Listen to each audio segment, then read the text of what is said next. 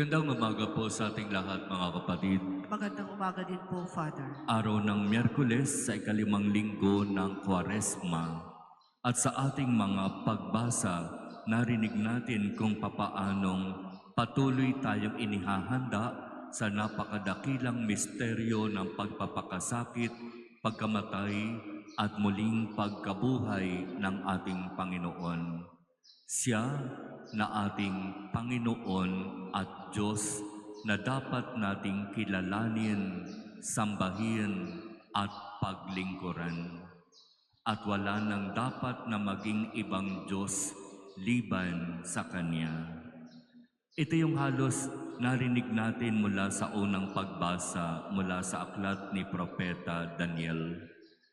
Itong tatlong sina Sadrach, Mesach at Abednego ay tunay na nagpahayag ng kanilang pananampalataya sa Diyos kahit na sa harap ng matinding panganib at ng nakaambang kamatayan.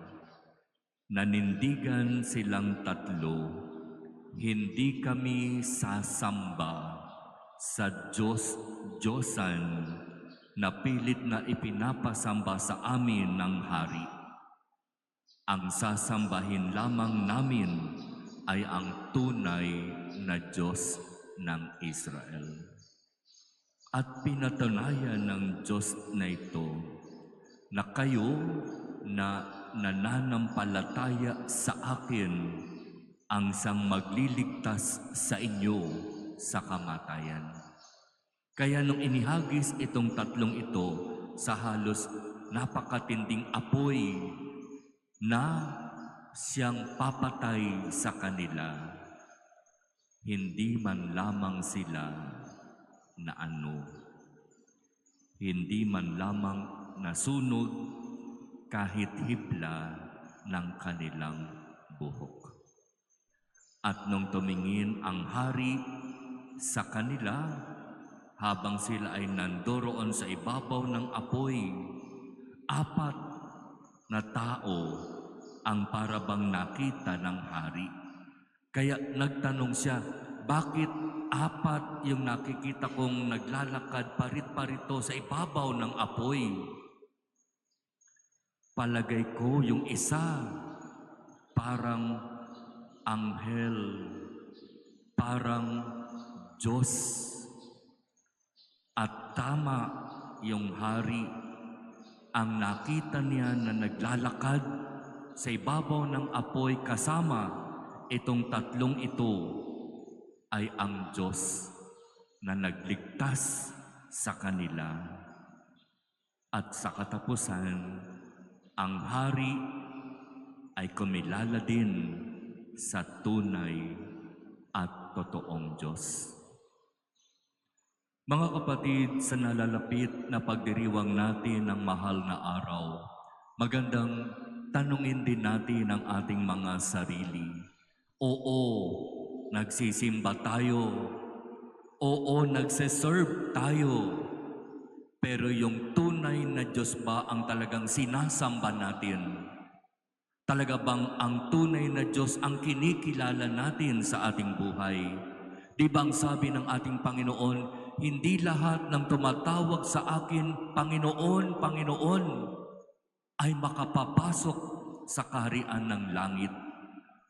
Hindi lahat ng tumatawag sa akin, Panginoon, Panginoon, ay makakasiguro na sila'y tatanggapin sa langit.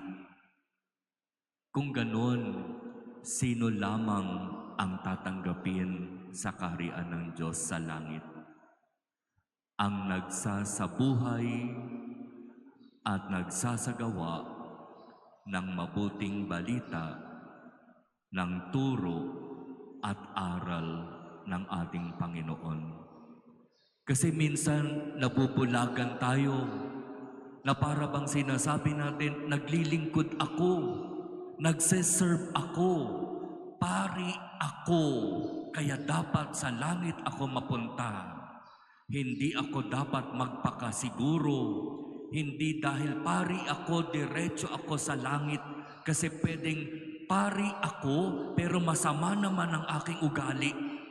Iba naman ang aking ginagawa. Pwedeng naglilingkod ka sa simbahan pero hindi ka naman sumusunod. Pwedeng naglilingkod ka sa simbahan, ang layo-layo naman ng pamumuhay mo sa inaasahan ng Diyos sa iyo. Katapatan sa tunay na Diyos. Pagkilala at pagsamba sa tunay na Diyos. Yan ang kailangan. Sa darating na mahal na araw, Biyernes Santo, gaganapin natin yung seremonya ng pagsamba sa krus. Sa krus kung saan ipinako si Jesus na Panginoon natin, Diyos at tagapagligtas. At doon pagninilayan natin ang napakahalagang turo at aral ng ating Panginoon. Kung nais ninyong sumunod sa akin, pasanin ang inyong krus araw-araw at sumunod sa akin.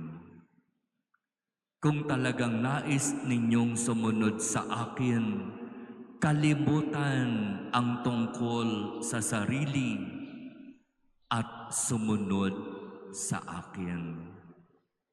Di ba iyan yung mga salitang binitiwan ng ating Panginoon?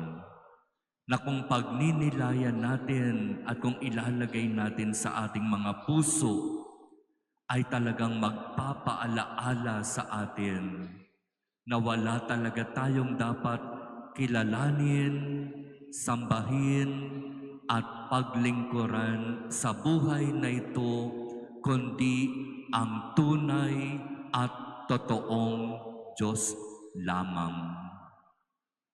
Huwag tayong makalimot na kung minsan ang kinikilala, sinasamba at pinaglilingkuran na natin ay ang kapangyarihan, ang kayamanan, ang karangalan.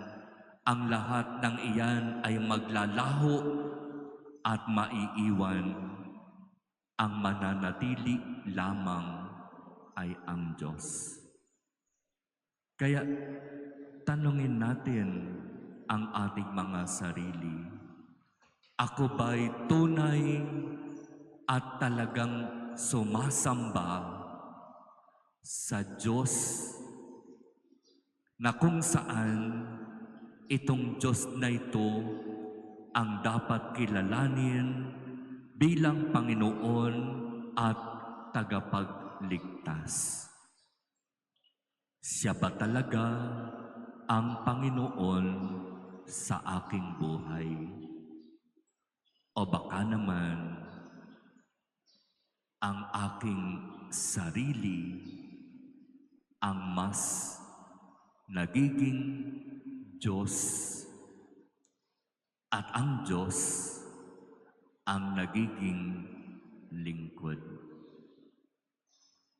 Ipagkaloob nawa ng Diyos sa atin ang biyaya ng tunay na pagkilala sa Diyos na ating Panginoon at tagapagligtas at mapawi sa ating mga sarili ang paghahari,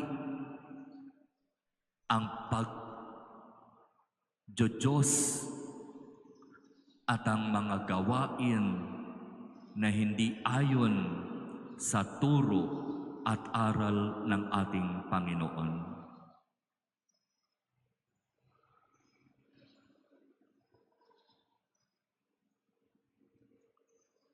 Amen.